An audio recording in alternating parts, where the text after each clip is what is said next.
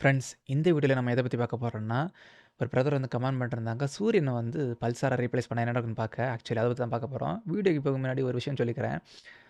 நான் வந்து எக்ஸ்பிளைன் பண்றது உங்களுக்கு பிடிக்குதா என்னன்னு தெரியல. ஏன்னா, கேமிங் சேனல் பேர் வச்சுட்டு நான் உங்களுக்கு பாடம் நடத்துறது வந்து எனக்கு சில டைம் தோணும். என்னடா லூசுத்தனமா பண்ற மாரி இருக்குன்னு. ஆனா, எனக்கு அதில ஒரு சின்ன இன்ட்ரெஸ்ட் சரியா. அதேமாரி கேமா இருந்தாலும் சில விஷயம் வந்து எக்ஸ்பிளைன் பண்றப்போ ஏன்னா இந்த விஷயம்லாம் எனக்கு எக்ஸ்பிளைன் பண்றது பிடிச்சிருக்கு. அதுபோக எப்படி சொல்லுது, கேம் தான் விளையாடினாலும் சில விஷயம் வந்து நான் வந்து அத தெரிஞ்சுக்கிட்டு தான், சரி அப்படி பண்ணா என்ன நடக்கும்? அந்த கான்சிக்வென்ஸ் வந்து பார்த்துட்டு இருக்கேன். அதனால தான் சரியா, எனக்கு வேற குளறுது. சரி நம்ம வளவளன்னு பேசாம வீடியோக்குள்ள போலாம். பல்சார்னா என்னன்னா ஒரு நியூட்ரான் ஸ்டார். இந்த நியூட்ரான் ஸ்டார் எப்படி ஃபார்ம் ஆகும்னா, நான் உங்களுக்கு முன்னே எக்ஸ்பிளைன் பண்ணிருப்பேன். பிளாக் ஹோல் எப்படி ஃபார்ம் ஆகுது, ஒரு நட்சத்திரத்தோட லைஃப் டைம் முடிஞ்சு பிளாக் ஹோல் எப்படி ஃபார்ம் ஆகுதுன்னு எக்ஸ்பிளைன் பண்ணிருப்பேன். இந்த ப்ராசஸ் நடக்கிறப்போ, அதாவது அயன் கோர் ஃபார்ம் ஆகி, அப்புறம் சூப்பர்னோவா எக்ஸ்ப்ளோஷன் நடந்து, இந்த ப்ராசஸ் நடக்குல்ல, இந்த கிராவிட்டி பவர் எல்லாத்தையும் இழுக்குன்னு. அந்த டைமு அயன் கோர்ல இருக்க ஆட்டம் வந்து அதிகப்படியான கிராவிட்டி பவர் காரணமாக, அதோட அந்த அழுத்தம் காரணமாக, அதில இருக்க புரோட்டானும், எலக்ட்ரானும் கொலைட் ஆகி நியூட்ரானா ஃபார்ம் ஆகும் சரியா? அந்த கோர் வந்து கிட்டத்தட்ட 3 சோலார் மாஸோட அதிகமா இருந்துன்னா, அது வந்து பிளாக் ஹோலா ஃபார்ம் ஆகும். ஏன்னா அந்த கோரோட கிராவிட்டி வந்து இன்னும் அதிகமா இருக்கும். அது கொலாப்ஸ் ஆகி பிளாக் ஹோலா ஃபார்ம் ஆகும். ஆனா, அது வந்து கிட்டத்தட்ட ஒரு 1 டூ 2 சோலார் மாஸ் இருந்ததுனா, அது வந்து நியூட்ரான் ஸ்டாராவே இருந்துக்கிடும் சரியா? ஸ்பியர் ஷேப்ல. அதான் வந்து நியூட்ரான் ஸ்டார்ன்னு சொல்லுவோம். சரி, இப்ப நம்ம சூரியன பல்சார ரிப்ளேஸ் பண்ணுவோம். செலக்ட் பண்ணியாச்சு.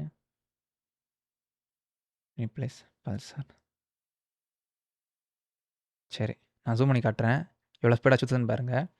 ஏன் இது ஸ்பீடா சுத்துதுன்னா, ஏன்னா நியூட்ரான் ஸ்டார் வந்து ஸ்பீடா சுத்தாது. ஆனா பல்சார் வந்து நியூட்ரான் ஸ்டார் தான். ஆனா ஸ்பீடா சுத்தும். அதுபோக இதோட போல்ஸ்ல வந்து அதிகப்படியான ரேடியேஷன் எல்லாம் எமிட் பண்ணும் சரியா? ஸ்பேஸ்ல வந்து விடும். நம்ம எத எர்த்ல நோட் பண்றப்ப அத ஒரு பல்ஸ்ன்னு சொல்லுவோம். நம்ம நோட் பண்ணலாம் இதையும் எர்த்ல. நீங்க பார்த்தா தெரியுதா எவ்வளோ ஸ்பீடா சுத்துன்னு.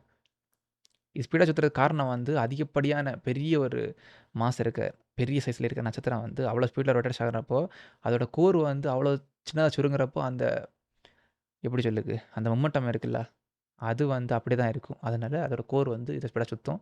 இத நான் தெளிவா எக்ஸ்பிளைன் பண்ணணும்னா பெரிய ஒரு வீடியோ போடுவேன். நானு எனக்கு தெரிஞ்ச மாரி உங்களுக்கு எக்ஸ்பிளைன் பண்ணிட்டுருக்கேன். தப்பு இருந்தாலும் சொல்லுங்க சரியா? சரி, நீங்க பார்க்குறீங்க. இது வந்து கிட்டத்தட்ட 2 சோலார் மாஸ் இருக்கும். ஆனா, சைஸ் வந்து கிட்டத்தட்ட 20 கிலோமீட்டர் தான். ஆனா, இதோட கிராவிட்டி பவர் இன்னும் அதிகம். அதனால நம்ம எர்த் வந்து மூவ் ஆகி போகாது எங்கேயும். அங்கே தான் இருக்கும். ஆனா, எர்த்துக்கு வந்து தேவையான சூரிய வெளிச்சம் கிடைக்காது. ஏன்னா, இது வந்து டிம்மா தான் சூரியன் மாரி இல்ல. சைஸ்ல ரொம்ப சின்னது. ஆனா, டிம்மா தான் எரியும். ஆனா, இதோட கிராவிட்டி பவர் வந்து ரொம்ப அதிகம். அதனால எர்த் வந்து இன்னும் இத ஆர்பிட் பண்ணி தான் இருக்கும். சூரியன் இல்லாம இங்க டெம்பரேச்சர் ட்ராப் ஆகுது. எர்த் வந்து ஃபுல்லா ஐஸ் ஆகிரும். ஏன்னா, இதுலேருந்து வர வெளிச்சம் வந்து ஒண்ணுக்கும் உதவாது.